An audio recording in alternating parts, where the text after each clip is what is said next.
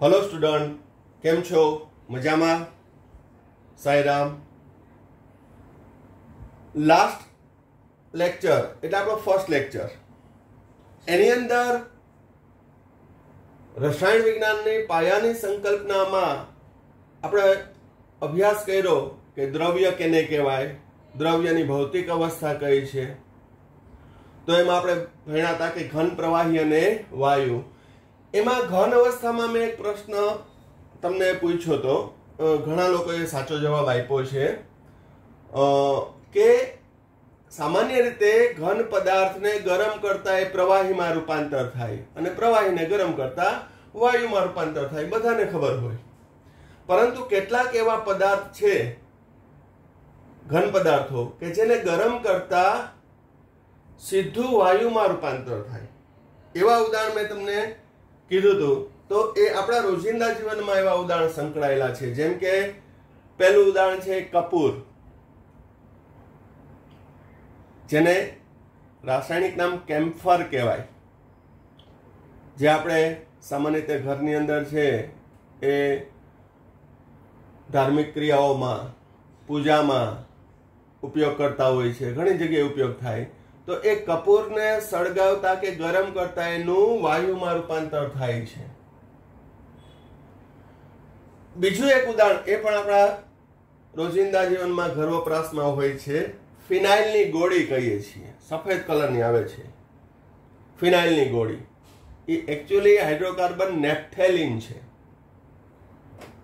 તો એ વોશ બેસિનમાં રાખી હોય અથવા તો આપણે જે સ્ટોરેજ કપડાં કરતા હોય, ગાદલા ગોદડા, એમાં પણ રાખવામાં આવે છે. તો એની અંદર તમે જોશો તો ધીમે ધીમે એનું કદ નાનું થતું જાય. કારણ શું? એ ઘનનું સીધું વાયુમાં રૂપાંતર થાય છે. બેસિનમાં રાખ્યું હોય તો આપણે એવું થાય કે એ તો ઓગળી જતી હશે. ઓગળતી નથી, કારણ કે નેપ્થેલિન હાઇડ્રોકાર્બન છે અને હાઇડ્રોકાર્બન પાણીમાં અદ્રાવ્ય હોય, પરંતુ એનું ઓરડાના તાપમાને ધીમે ધીમે બાષ્પયન થાય, એને ઉધ્વપાતન કહેવાય. ઘનનું સીધું વાયુમાં રૂપાંતર. પછી આપણે પરફ્યુમ માટે ગોદરેજની કે એવી આવે છે, એની અંદર પણ બેઝ તરીકે એ હોય છે નેપ્થેલિન, જેને આપણે ફિનાઇલની ગોળી કહીએ છીએ. તો એ ઘનનું વાયુમાં રૂપાંતર થાય છે. તો આ બે ઉદાહરણ થયા. હવે આ ચેપ્ટરની અંદર બેઝિક ફંડામેન્ટલ ઓફ કેમેસ્ટ્રીની અંદર આપણે થોડું આગળ વધીએ કે દ્રવ્યનું વર્ગીકરણ આપણે કહ્યું હતું શુદ્ધ પદાર્થ અને મિશ્ર પદાર્થ. તો હવે શુદ્ધ પદાર્થની અંદર આપણે જોયું હતું તત્વ, એલિમેન્ટ્સ. તો તત્વ કેને કહેવાય? તો કે એક જ પ્રકારના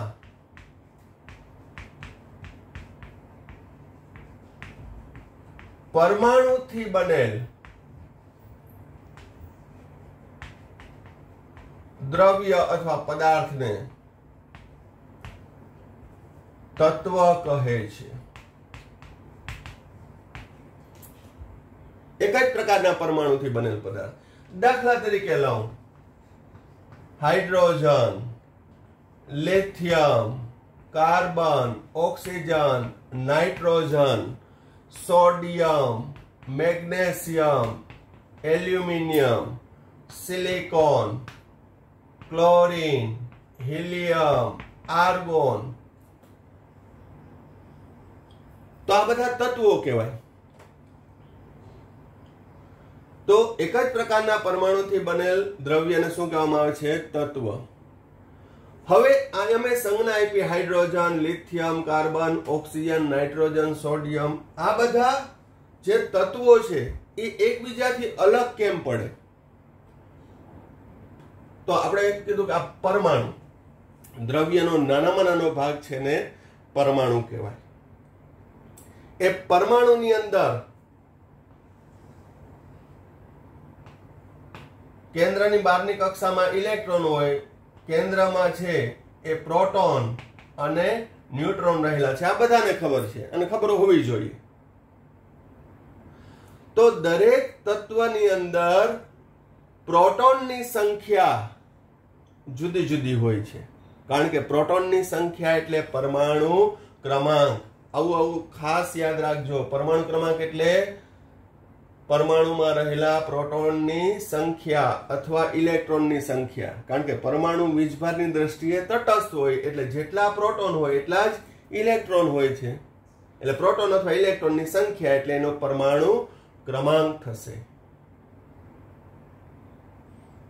તો હું એમ કહું કે એક પ્રોટોન હોય અને એક ઇલેક્ટ્રોન હોય, ન્યુટ્રોન ન આવેલો હોય, તો એ હાઇડ્રોજન સ્પીસીસ કહેવાય. સ્પીસીસ એટલે ઘટક પ્રણાલી. આવા શબ્દ પણ આપણી કેમિસ્ટ્રીની અંદર આવશે. સ્પીસીસ ઘટક પ્રણાલી. તો એ હાઇડ્રોજન હોય. પરંતુ જો હું 6 પ્રોટોન કરું, 6 ઇલેક્ટ્રોન અને 6 ન્યુટ્રોન હોય, તો 6 પ્રોટોન ધરાવતી સ્પીસીસ એટલે કે કાર્બન જ થશે. કારણ કે તત્વની સામાન્ય પ્રક્રિયામાં પ્રોટોનની સંખ્યા ક્યારેય બદલાશે નહીં. શબ્દ વાપરું છું સામાન્ય પ્રક્રિયામાં.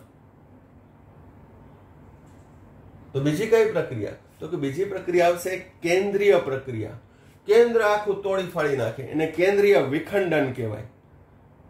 પણ અહીં સામાન્ય રસાયણ વિજ્ઞાનની અંદર આપણે કેન્દ્રના વિખંડનની વાત નહીં આવે. ફક્ત ક્યાં વાત આવશે? બાહ્યતમ કક્ષામાં રહેલા ઇલેક્ટ્રોન સાથે, કે ઇલેક્ટ્રોન ભાગીદારી કરે, આપ-લે કરે, આ પ્રકારના બધી રાસાયણિક પ્રક્રિયાઓ આવશે. વિસ્થાપન કરે, તો બાહ્યતમ કક્ષામાં રહેલા ઇલેક્ટ્રોન સાથે સંકળાયેલું જ હશે.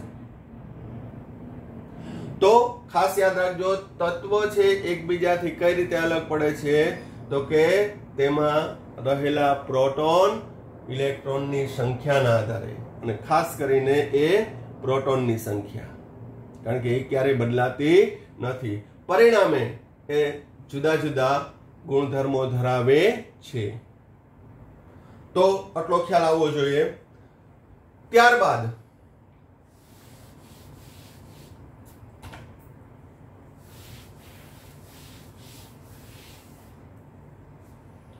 શુદ્ધ પદાર્થમાં સંયોજન. તો સંયોજન કેને કહેવાય? તો કે 2 કે તેથી વધુ પ્રકારના પરમાણુથી બનેલ દ્રવ્યને સંયોજન કહે છે.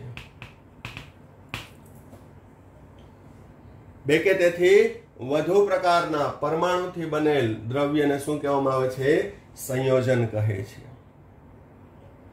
હવે જ્યારે એક જ પ્રકારના પરમાણુ હોય તો તત્વ કહેવાય, પણ એક કરતા વધુ પ્રકારના પરમાણુ હોય એટલે જુદા જુદા તત્વો. તો બીજી રીતે કહું તો જુદા જુદા તત્વો વચ્ચેની રાસાયણિક પ્રક્રિયાથી બનતા પદાર્થને શું કહી શકાય? સંયોજન. એમ પણ કહી શકાય ને કે 2 જુદા જુદા તત્વો સંયોજાય અને શું બનાવે છે? જે પદાર્થ બનાવે એને શું કહેવાય? સંયોજન, કમ્પાઉન્ડ. હવે જ્યારે 2 તત્વો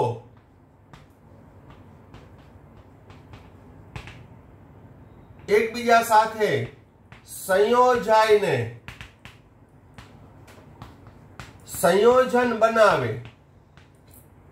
ત્યારે તત્વો મૂળભૂત ગુણધર્મ ગુમાવે છે. શું? જ્યારે 2 તત્વો એકબીજા સાથે સંયોજાય અને સંયોજન બનાવે ત્યારે તત્વોના મૂળભૂત ગુણધર્મો ગુમાવે છે. જેમ કે એક ઉદાહરણ આપું તમને કે હાઇડ્રોજન અને ઓક્સિજન. હાઇડ્રોજન છે એ બળતણ છે, એનું કેલરી મૂલ્ય સૌથી વધુ છે, દહનશીલ પદાર્થ છે. ઓક્સિજન છે એ દહન પોષક છે, આગ લગાડવામાં એ ઉપયોગી થાય. ઓક્સિજનની ગેરહાજરી હોય તો છે એ સળગે નહીં. પણ હાઇડ્રોજન અને ઓક્સિજન આ બળતણ છે, આ દહન પોષક પદાર્થ છે, પરંતુ હાઇડ્રોજન ઓક્સિજન વચ્ચેની પ્રક્રિયા થઈ પાણી બને, જે લાગેલી આગને બુઝાવવા કામ આવે. તત્વો હતા ત્યારે મૂળભૂત ગુણધર્મ કેવા હતા? હાઇડ્રોજન અને ઓક્સિજન. તો કે હાઇડ્રોજન બળતણ છે, ઓક્સિજન દહન પોષક પદાર્થ છે, પરંતુ બંને વચ્ચે પ્રક્રિયા થઈ અને પાણી બન્યું. તો એ પાણી છે એ લાગેલી આગને ઓલવવા માટે ઉપયોગી થાય છે. ગુણધર્મો બદલી ગયા. આ સળગાવતું હતું, આ ઠારવામાં કામ આવે. બીજું એક ઉદાહરણ લઈએ. સોડિયમ અને ક્લોરીન. સોડિયમ છે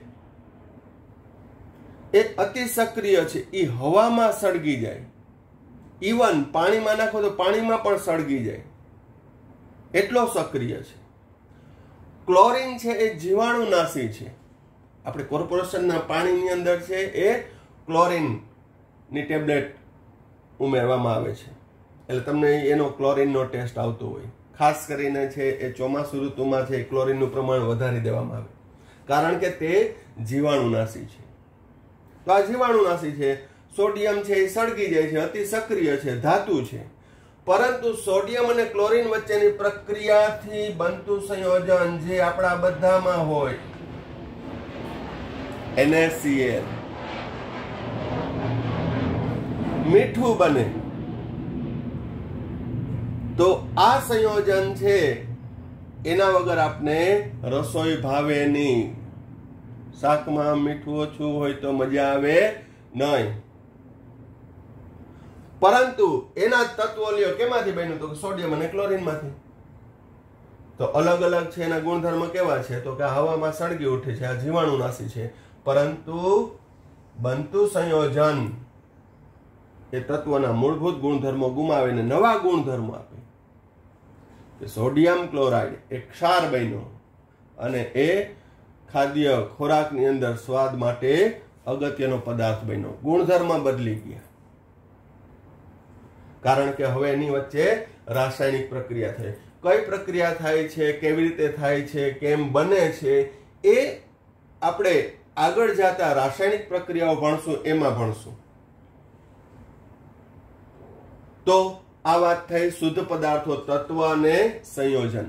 આવી નાની નાની બાબતો છે એ તમારા માઇન્ડમાં રાખવાની, કે જેથી આપણે એકદમ બેઝથી કેમેસ્ટ્રી છે ભણી શકીએ. ઘણીવાર છે એ કેમેસ્ટ્રીની અંદર છે એ અમુક હાર્ડ લાગતું, એનું કારણ શું? આપણી પાસે બેઝ નથી હોતો. તો અહીં 11th ની અંદર આપણે કેમેસ્ટ્રીના દરેક પોઈન્ટ ઓફ વ્યૂથી એ ફંડામેન્ટલ ક્લિયર કરવામાં આવે છે, અને પછી કેમેસ્ટ્રી ભણવાની ઓર મજા આવે. ખાલી ગોખવું ના પડે, સ્પેલિંગની જેમ આપણે સૂત્ર યાદ ના રાખવા પડે. બધું છે એ આપણે અહીંયા ક્લિયર કરીને તમે ખુદ કહેશો કે આ કઈ રીતે બને છે, શા માટે બને છે, સહસંયોજક બંધ શું છે, આયોનિક બંધ શું છે, બધાનો ખ્યાલ આવશે. કેવી રીતે બને છે, સવર સહસંયોજક બંધ કઈ રીતે બને છે. પરંતુ આપેલ ચેપ્ટરમાં તો આપણે ફક્ત પાયાની સંકલ્પનાઓ જ, બેઝિક ફંડામેન્ટલ, બેઝિક કન્સેપ્ટ જ ક્લિયર કરશું.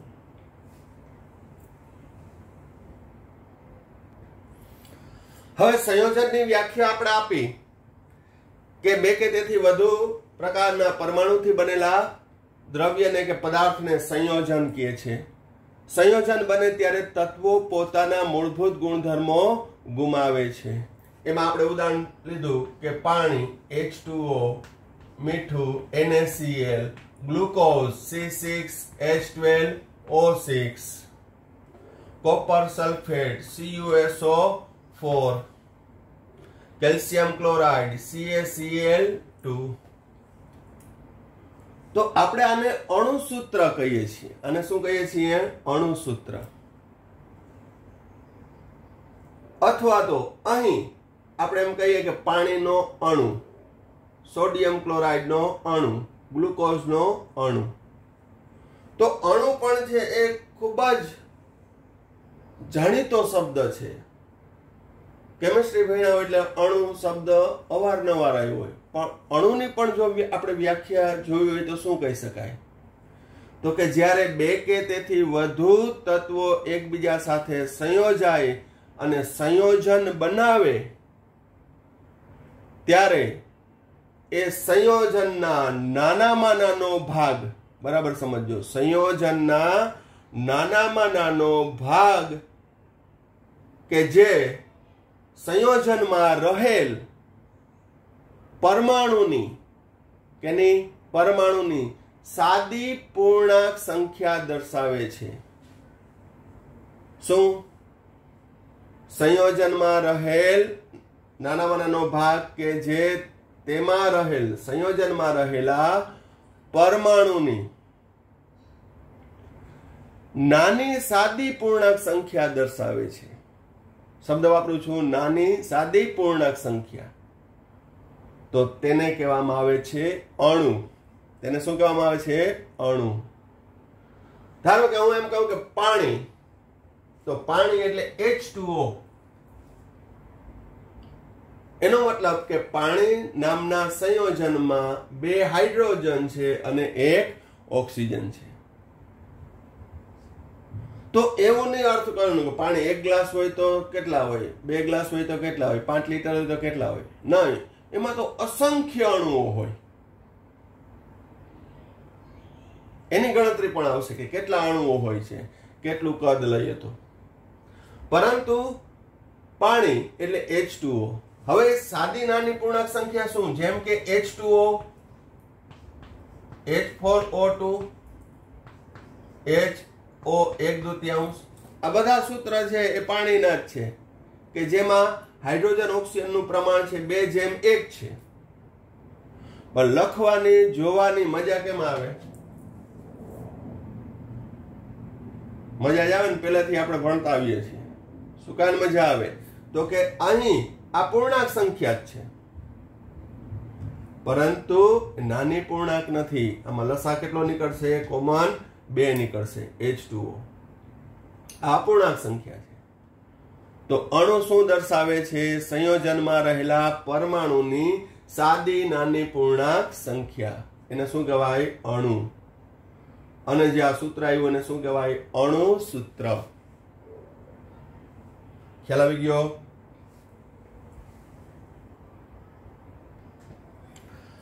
હવે દ્રવ્યનો બીજો પ્રકાર મિશ્રણ. તો મિશ્રણની અંદર શું હોય છે? તો કે 2 કે તેથી વધુ સંયોજનો હોય છે, તો એ મિશ્રણ બને. બરાબર સમજો. સંયોજન અને મિશ્રણ વચ્ચેનો ડિફરન્સ શું? તો કે સંયોજનમાં 2 કે તેથી વધુ તત્વો જોડાયેલા હોય છે, જ્યારે મિશ્રણની અંદર 2 કે તેથી વધુ સંયોજનો મિશ્રિત થયેલા હોય છે. એટલે કે જુદા જુદા સંયોજન મિશ્ર થયા હોય તો એને કહેવાય મિક્સચર, મિશ્રણ. તો મિશ્રણમાં પણ 2 પ્રકાર જોયા હતા, સમાંગ મિશ્રણ અને વિષમાંગ મિશ્રણ. તો સમાંગ મિશ્રણ કેને કહેવાય? તો કે જે મિશ્રણમાં 2 કે તેથી વધુ પદાર્થો મિશ્ર કરતા સમાંગ અથવા એક બીજો શબ્દ વાપરું, એકરૂપ મિશ્રણ બનાવે છે. એટલે કે તેની સાંદ્રતા અથવા સંઘટનનું પ્રમાણ એક સમાન હોય છે. હવે આ વ્યાખ્યા હું ગમે એટલી વાર બોલું પણ એક ઉદાહરણ આપી દઉં એટલે તરત જ તમારા માઇન્ડમાં છે એ ક્લિયર થઈ જશે. જેમ કે ખાંડ, જેને સુક્રોઝ કહેવાય, ખાંડ સુક્રોઝ, એનું સૂત્ર C12H22O11. પાણી હમણાં જ આપણે જોયું H2O. આ 2 સંયોજન છે. ખાંડને પાણીમાં ઓગાળું તો ખાંડનું જલીય દ્રાવણ બને.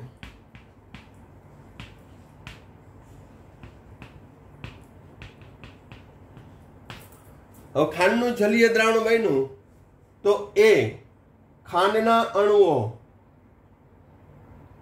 તળિયેથી લઉં, વચ્ચેથી લઉં, ઉપરથી લઉં, ગમે ત્યાંથી સેમ્પલ લઉં, એની સાંદ્રતા અથવા તો એનું સંઘટન એક સરખું હશે. તમે એને અલગ હદ વડે અલગ નહીં કરી શકો કે ભાઈ આ ખાંડના અણુ છે, આ પાણીના અણુ છે. એકરૂપ થઈ જશે, જેને હોમોજીનિયસ કહેવાય. ખાંડનું જલીય દ્રાવણ તમે જોશો તો તમને ખબર નહીં પડે કે આમાં ખાંડ ઓગળેલી છે. ટેસ્ટ કરશો તો લાગશે કે મીઠું છે એટલે આમાં ખાંડ ઉમેરેલી છે, ગળ્યું લાગ્યું, મજા આવી. હવે એ સમાંગ મિશ્રણ છે એટલે કે બધી જગ્યાએ દ્રાવણમાં કોઈ પણ સ્થાને એનું સંઘટન સમાન હશે. એનું એક બીજું ઉદાહરણ આપું. અત્યારે ઉનાળો ચાલે છે એટલે બધા આપણે લીંબુ શરબત તો પીતા જશું. તો લીંબુ શરબત છે એ સમાંગ મિશ્રણ છે. એમાં શું હોય? લીંબુનો રસ, ખાંડ, મીઠું, પાણી, એકદમ મસ્ત સરસ બનાવ્યું હોય. હવે એની અંદર સંઘટન સમાન કઈ રીતે થાય એ હું તમને કહું કે આપણે લીંબુ શરબતનો ગ્લાસ ભર્યો છે તો પહેલી સીપ લગાવી, બીજું, ત્રીજો, ચોથો ઘૂંટડો ભર્યો. તો એવું તમને ક્યારે ફિલિંગ થાય કે પહેલો ઘૂંટડો ઉપર નહોતો ને થોડુંક મોરું લાગ્યું, પછી અડધો ગ્લાસ પૂરો થયો ને તો આમ મીઠું લાગવા માંડ્યું? ના. અને સાવ તળિયાનું તો એકદમ મીઠું, મોઢું ભાંગી નાખે એવું. શું થશે? દરેક ઘૂંટડે એક સમાન સ્વાદ તમને જોવા મળશે, અનુભવવા મળશે. ખ્યાલ આવી ગયો? તો એ સમાંગ મિશ્રણ કહેવાય. એને શું કહેવામાં આવે છે? સમાંગ મિશ્રણ. બીજું ઉદાહરણ આપું કે મિશ્રણ એટલે ફક્ત પ્રવાહી જ નહીં, હવા. શું? હવા બધા ના હોય, વાતાવરણમાં હોય છે. ક્યાં હોય છે? વાતાવરણમાં. હવામાં શું હોય? Oxygen, nitrogen, carbon dioxide, sulphur dioxide, nitric oxide, ઘણા બધા વાયુઓનું મિશ્રણ છે. પણ તમે એમ કહી શકો કે સર આ બાજુના ખૂણામાં છે ને એમાં ઓક્સિજન છે, જો ઉત્તર દિશામાં નાઇટ્રોજનનું લેયર વધારે છે. તમે એને અલગ કરી શકો નહીં. તો એ સમાંગ અથવા એકરૂપ મિશ્રણ છે. તો હવા. હજી ત્રીજું ઉદાહરણ આપું. જામનગરનો મોટા મોટો ઉદ્યોગ બ્રાસ પાર્ટ, પિત્તળ. પિત્તળ છે એ કોપર અને ઝીંકનું મિશ્રણ છે. કોપર અને ઝીંકનું જુદા જુદા પ્રમાણમાં મિશ્રણ હોય. સારી ક્વોલિટીનું બ્રાસ હોય તો એમાં કોપર વધારે હોય, ઝીંક કેવું હોય? ઓછું હોય. એપ્રોક્સી 70% અને 30% હોય. પરંતુ એ જ્યારે મિશ્રણ થઈ બ્રાસ બને છે, પિત્તળ બને છે, તો એમાં તમે એમ ના કહી શકો કે આ કોપર છે, આ ઝીંક છે. એકરૂપ થઈ ગયું. બાકી ઝીંક છે એ સફેદ વ્હાઈટ હોય છે, રંગવિહીન હોય છે. કોપર કલર અલગ હોય છે, પરંતુ બંને મિશ્ર થઈ જાય ત્યારે એનો અલગ જ રંગ જોવા મળે છે, કે જેમાં તમે ઝીંક અને કોપરના અણુઓને, એના ઘટક કણોને અલગ કરી શકો નહીં. તો આ બધાને કહેવાય સમાંગ મિશ્રણ, હોમોજીનિયસ મિક્સચર. ખ્યાલ આવી ગયો? એટલે મિશ્રણ કે દ્રાવણ એટલે ફક્ત પ્રવાહી હોય એવું જ નહીં ધારવાનું કે હા અમારા રસાયણ વિજ્ઞાનની લેબોરેટરીની અંદર જે ઓલી બોટલો ભરી હતી ને બધી, એને જ આપણે દ્રાવણ કહીએ કે મિશ્રણ કહીએ. મિશ્રણની અંદર છે આ પ્રવાહીનું ઉદાહરણ મેં આપ્યું, આ વાયુનું ઉદાહરણ આપ્યું, આ ઘનનું આપ્યું. તો ઘન પણ સમાંગ કહેવાય. ખ્યાલ આવી ગયો? ઓકે.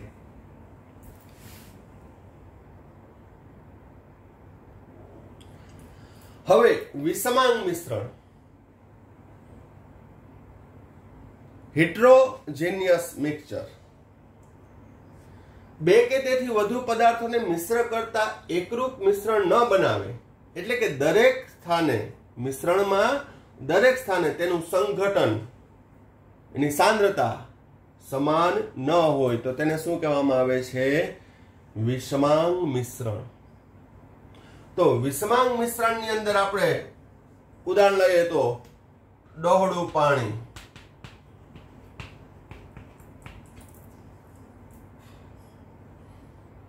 આપણે લાઈવ એનું એક્ઝામ્પલ જોવું હોય તો કચરા પોતા થયા હોય પછી ડોલમાં રહેલું પાણી તમે જોજો, કાચના ગ્લાસમાં લેજો, તમે જોઈ શકશો કે માટીના કણો, પાણીના કણો છે, પાણીના અણુઓ છે, અલગ અલગ તમને જોવા મળશે. ખાંડમાં જોવો તમે, ખાંડમાં એક ઘટક કણો દેખાય કે આ ખાંડના અણુ છે, પરંતુ ડોળું પાણી હોય એમાં માટી રેતીના રજકણો છે એ પાણી માધ્યમમાં તરતા હશે. તમે એને નરી આંખે જોઈ શકશો. તો એ વિષમાંગ થયું. એક ગ્લાસની અંદર ડોળું પાણી થોડો સમય રાખી મૂકશો તો શું થશે? તો કે એના માટીના કણો છે એ પાત્રના તળિયે બેસી જશે. તો ત્યાં સંઘટન છે એક સરખું થતું નથી.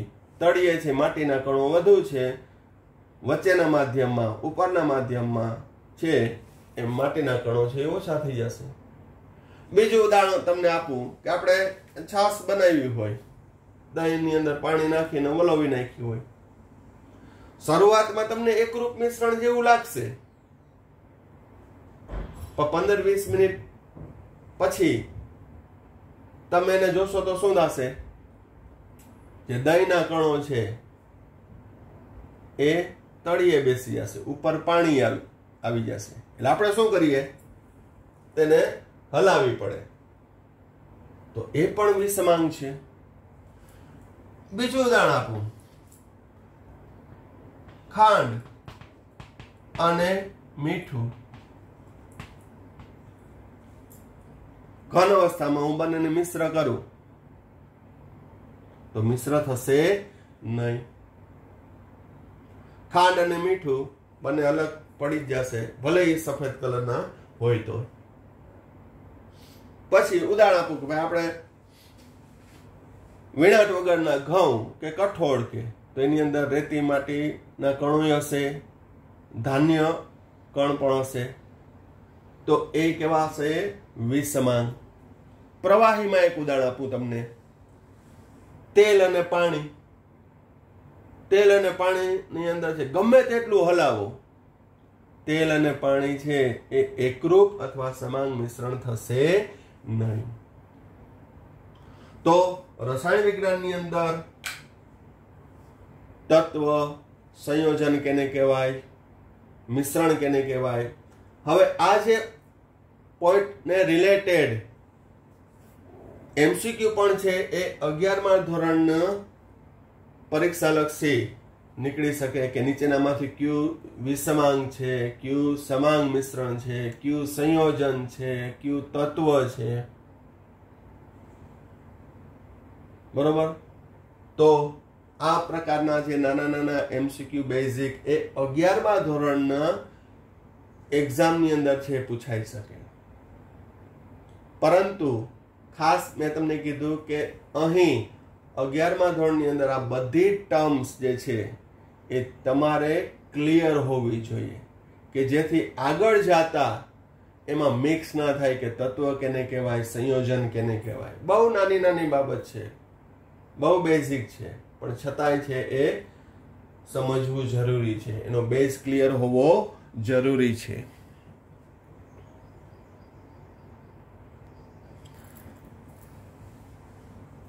આ ચેપ્ટરની અંદર આપણે પાયાની સંકલ્પનાઓનો અભ્યાસ કરીએ છીએ.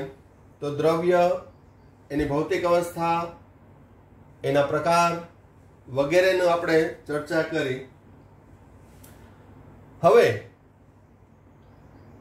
કેમેસ્ટ્રીની અંદર પણ છે એ ભૌતિક વિજ્ઞાન, જીવ વિજ્ઞાન,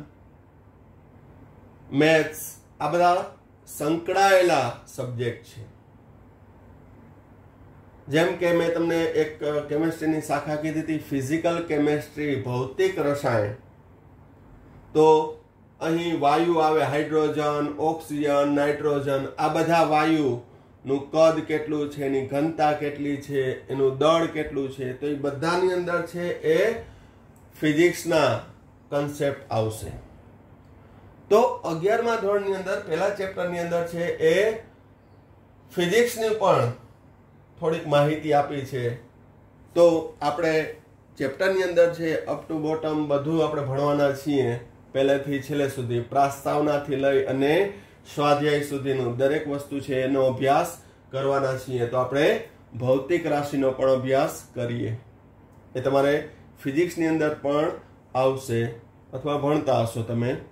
પણ કેમેસ્ટ્રીની અંદર છે કયા કયા ભૌતિક રાશિઓનો ઉપયોગ થાય છે, એ અંગેની ચર્ચા આપણે આ ટોપિકમાં કરવાના છીએ. તો પહેલું એકમ પદ્ધતિ કે નહીં કહેવાય? તો કે જુદી જુદી ભૌતિક રાશિઓ, જુદી જુદી ભૌતિક રાશિઓ. ભૌતિક રાશિઓ તમને ખબર છે કે અંતર ને દળ ને સમય ને તાપમાન ને વિદ્યુત પ્રવાહ ને વેગ ને પ્રવેગ ને ઘણી બધી. તો આ જુદી જુદી ભૌતિક રાશિઓને દર્શાવવાની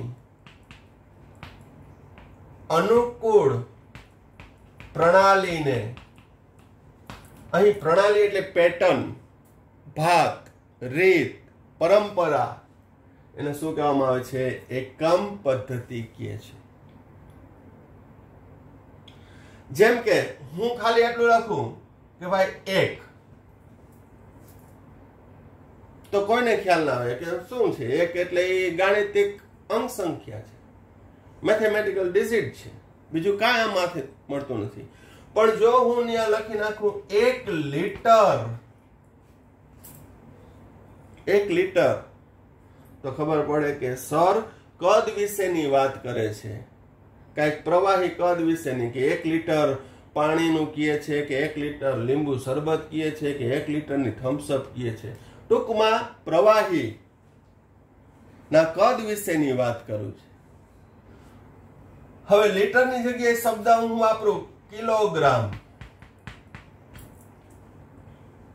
તો તરત જ તમારા માઇન્ડમાં આવી જાય કે સર ભૌતિક રાશિ દળ વિશેની ચર્ચા કરે છે, કે ભાઈ 1 કિલો ટમેટા, બટેટા કે મમરા, કે ટૂંકમાં દળ રિલેટેડ કાંઈક વાત થઈ રહી છે. તો અહીં શબ્દ ન વાપરો હોય તો ફક્ત એક ગાણિતિક મૂલ્ય રહે છે, પરંતુ એની સાથે જો મેં આ શબ્દ વાપરો કિલોગ્રામ, તો એને ભૌતિક મૂલ્ય થઈ જાય. તો અહીં જે તે ગાણિતિક મૂલ્યની ઓળખ છે કે આ દળ છે, કે હજી આમ લઉં કે આ મીટર, તો ભાઈ અંતર વિશેની વાત છે. પ્રતિ સેકન્ડ લઉં તો કે ભાઈ વેગ વિશેની વાત છે. બરોબર? આવના જેવું થાય કે ભાઈ આપણે કોઈને કહીએ કે જય શ્રી કૃષ્ણ, તો કે ભાઈ વૈષ્ણવ લાગુ. જય સ્વામિનારાયણ, તો કે સ્વામિનારાયણ ધર્મના લાગુ. એક આઈડેન્ટિટી થઈ જાય, તમે કયા વર્ગના છો. એમ અહીં અંક સંખ્યા સાથે જે તે શબ્દ ઉમેરવાથી છે એ ભૌતિક રાશિનું નિર્દેશન કરે છે. તો કેમેસ્ટ્રીની અંદર, આમ ફિઝિક્સમાં કે કેમેસ્ટ્રીમાં દરેકમાં દાખલા ગણીએ તો એના મૂલ્ય સાથે એને એકમ દર્શાવવાનું ખૂબ જ મહત્વ છે. અને એ પણ જે તે મૂલ્ય છે એને સમાન પદ્ધતિમાં રાખવાના, જે આપણે આગળ દાખલા ગણશું ત્યારે હું તમને સમજાવીશ. તો એકમ પદ્ધતિ કે નહીં કહેવાય? તો કે જુદી જુદી ભૌતિક રાશિઓને દર્શાવવાની અનુકૂળ પ્રણાલીને. તો જુદા જુદા ક્ષેત્રોમાં, જુદી જુદી જગ્યાએ આ એકમ પ્રણાલી છે એ જુદી જુદી રીતે દર્શાવતા હોય. જેમ કે આપણે ગામડામાં જઈએ તો અંતર છે ગામમાં કહીએ 5 ગામ ને 10 ગામ ને 15 ગામ ને 20 ગામ ને 50 ગામ ને, આપણે અહીંયા કિલોમીટરમાં કહીએ છીએ. યુરોપ કન્ટ્રીમાં અંતર દર્શાવવા માઇલ વપરાય છે. તો આવી જુદી જુદી ઘણી બધી પદ્ધતિ આવી, જે શોર્ટમાં હું તમને કહી દઉં. CGS, સેન્ટીમીટર ગ્રામ સેકન્ડ, અંતર દળ સમય. પછી MKS, મીટર કિલો સેકન્ડ. અને ત્રીજી પદ્ધતિ SI, સિસ્ટમ ઇન્ટરનેશનલ જે આંતરરાષ્ટ્રીય ક્ષેત્રેથી સ્વીકારેલી છે. કારણ શું? તો કે અહીં આપણે ચાલો ગામડામાં હોય તો ગામમાં બધાય સમજી જાય, પરંતુ સિટીમાં કેમ કહે છે કે એક ગામ એટલે કેટલા કિલોમીટર, તો એમાં કન્વર્ટર કાઢવું પડે આપણે, બાકી કોકને પૂછવું પડે. યુરોપમાં જાય તો કે 1 માઇલ એટલે કેટલા કિલોમીટર આપણે પૂછવું પડે, અથવા કન્વર્ટર કાઢવું પડે. અત્યારે તો આપણી પાસે એન્ડ્રોઈડ સિસ્ટમ છે જ, ગૂગલ કરો.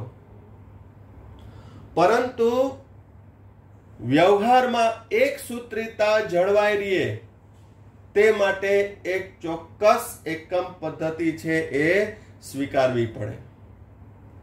તો એ કઈ છે? સિસ્ટમ ઇન્ટરનેશનલ SI પદ્ધતિ, કે જે સાર્વત્રિક રીતે દરેક દેશોની અંદર છે એ એક સમાન વાપરવામાં આવે.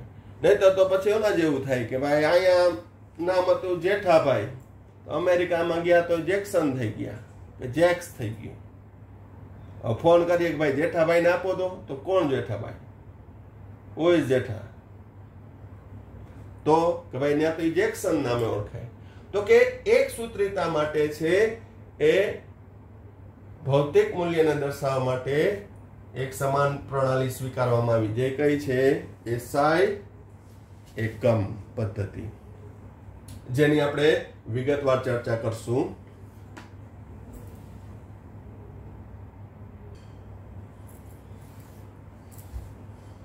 હવે મૂળભૂત ભૌતિક રાશિ, આ દરેક ટર્મ્સ થી આપણે પરિચિત થઈએ. મૂળભૂત ભૌતિક રાશિ કેને કહેવાય? તો કે જે ભૌતિક રાશિને દર્શાવવા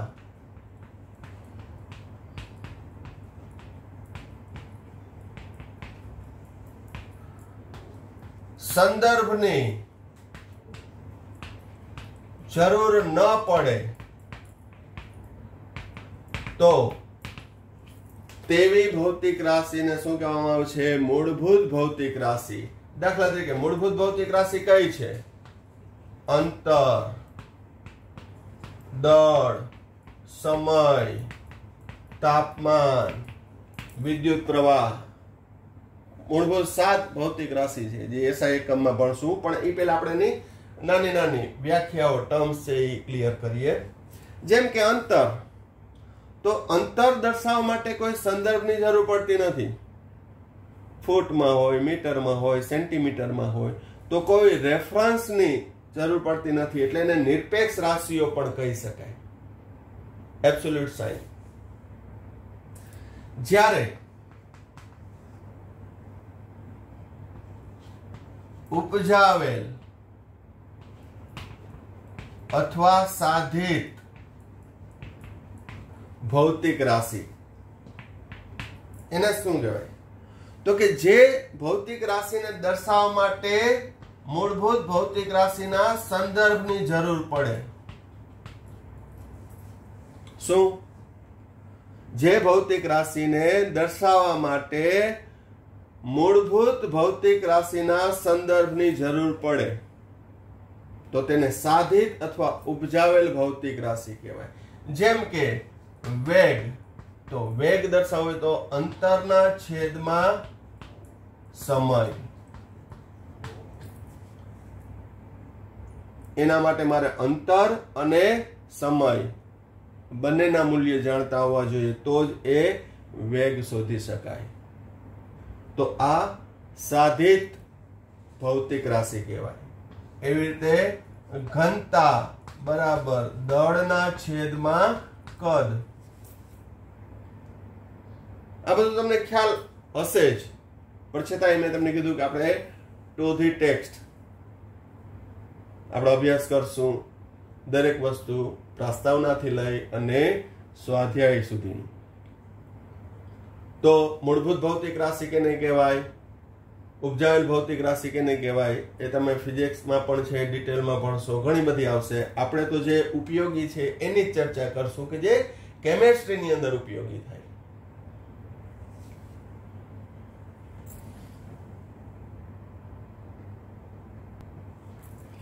હવે મૂળભૂત એકમ, તો મૂળભૂત ભૌતિક રાશિઓને ભૌતિક જથ્થાના મૂલ્યને, મૂળભૂત ભૌતિક રાશિના જથ્થાના મૂલ્યને દર્શાવવાની અનુકૂળ પ્રણાલીને શું કહેવામાં આવે છે? મૂળભૂત એકમ.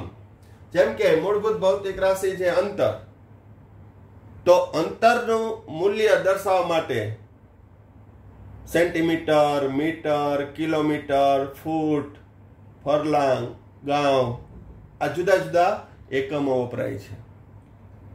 તો મૂળભૂત ભૌતિક રાશિના